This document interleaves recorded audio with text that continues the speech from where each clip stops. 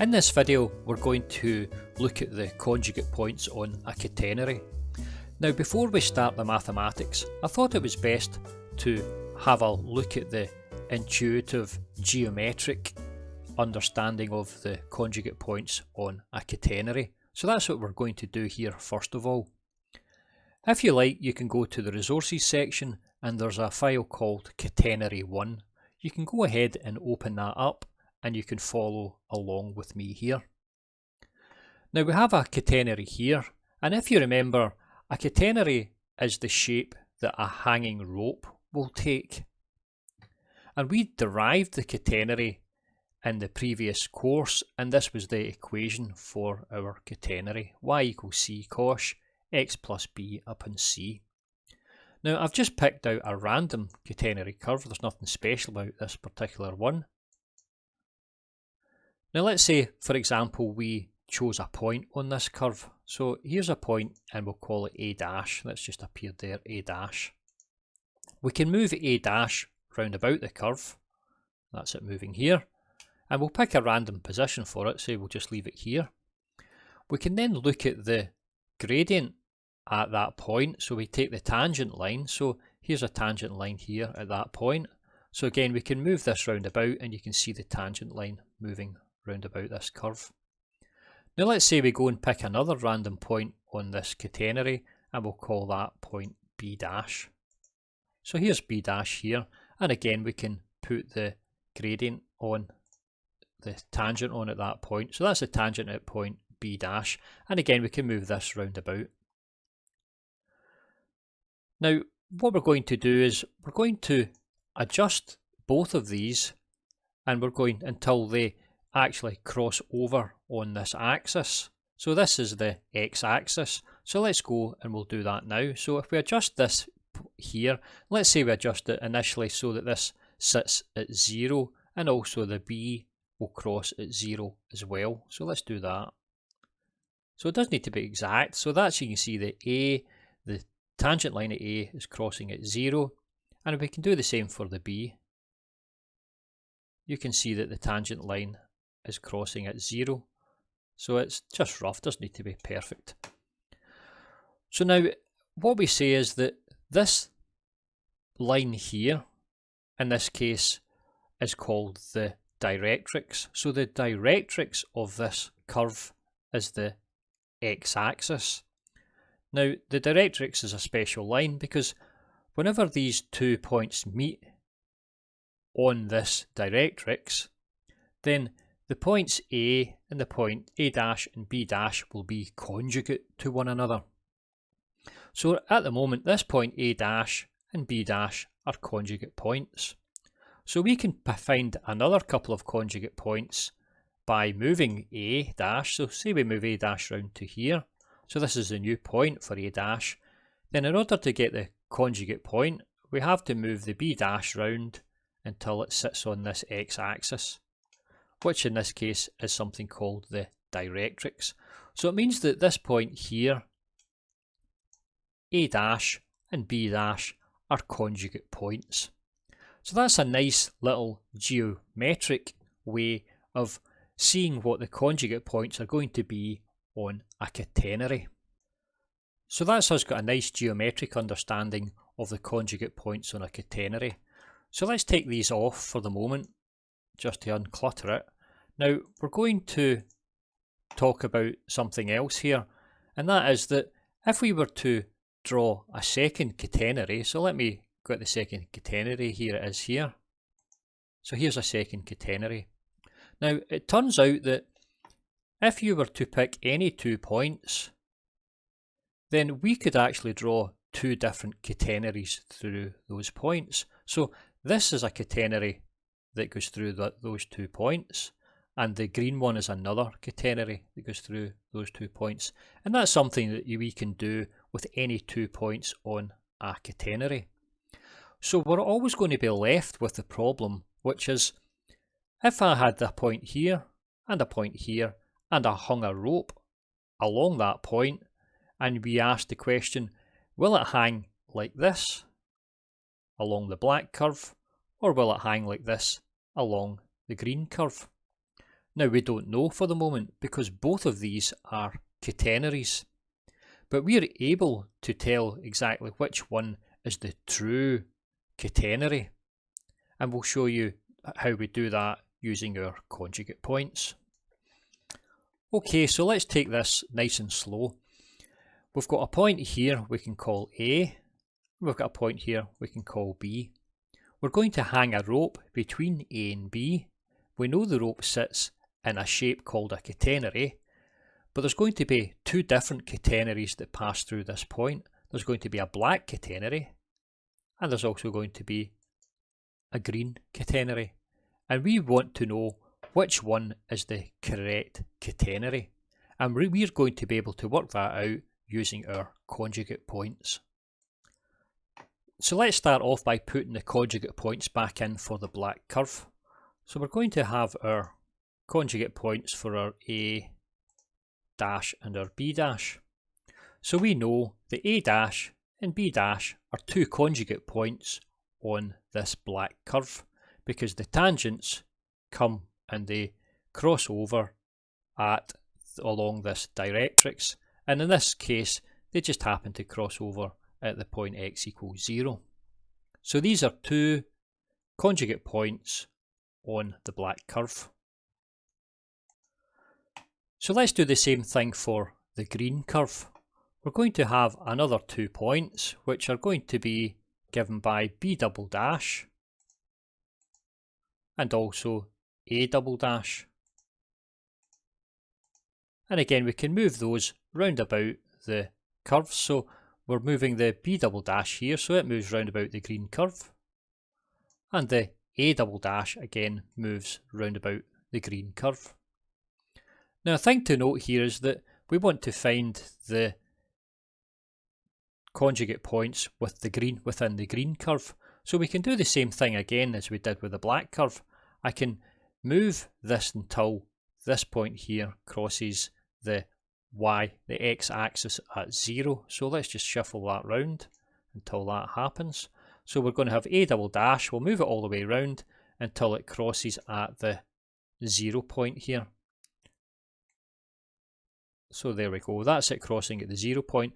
And you'll note here that it crosses at the 0 point, and this line lies along the same line as the tangent to the black curve. Now we can do the same for the B dash. If I head up and we'll move the B double dash, you'll see it moving down. And again, whenever we cross over, we want this point here to cross over at the x equals 0. And again, you can see it does that, and it does it such that it actually runs in the same line as the tangent to point B dash on the black curve. So it means that these two lines actually just cross over. So we're saying that the gradient at the A dash is the same as the gradient as A double dash. The gradient at B dash is the same as gradient B double dash. So we know that A dash and B dash are conjugate points on the black curve, and we know that A double dash and B double dash are conjugate points on the green curve. So you may be still scratching your head and saying, okay, so how does this help us? Well, let's go on to that next. So let's put our points A and B in where we're going to hang our rope. So here's a point B and there's the point A. So we're going to go from point A to point B, and we've got two curves that we can do it. We can do it along the black curve here, or we can do it along the green curve, and only one of them is going to be the correct one. And the correct one is the one that's going to give us an extremum. So let's work from A to B along the black curve. Now you'll notice whenever we go from A to B, we don't pass through any other conjugate points. When we go from A to B, the next conjugate point on this curve here is going to be B dash, but B dash lies out with the AB. Alternatively, if you go from B to A, again we don't have any conjugate points. When we go from B to A, the conjugate point is A dash. So you can see here that the other conjugate points on this curve, they don't sit within AB. And that's exactly what we want. And you can see here, if you remember from a previous lecture, that in effect we've got this scenario here. We're going to go from point A to point B, but the conjugate point is going to be out with this value, this length AB. And that's what we want, because in that case here, then this equation here will not equal 0 anywhere within A and B. So we're really saying that if this is the case, if we travel from this point to this point here, then the second variation will not disappear. So this is the curve that we actually will be the curve that will give an extremum. But let's have a look at the green curve. If we were to go from point A to point B, again we go from A. In order to get to point B, we're going to go through A double dash. So we're going to go through this conjugate point, which is within the AB.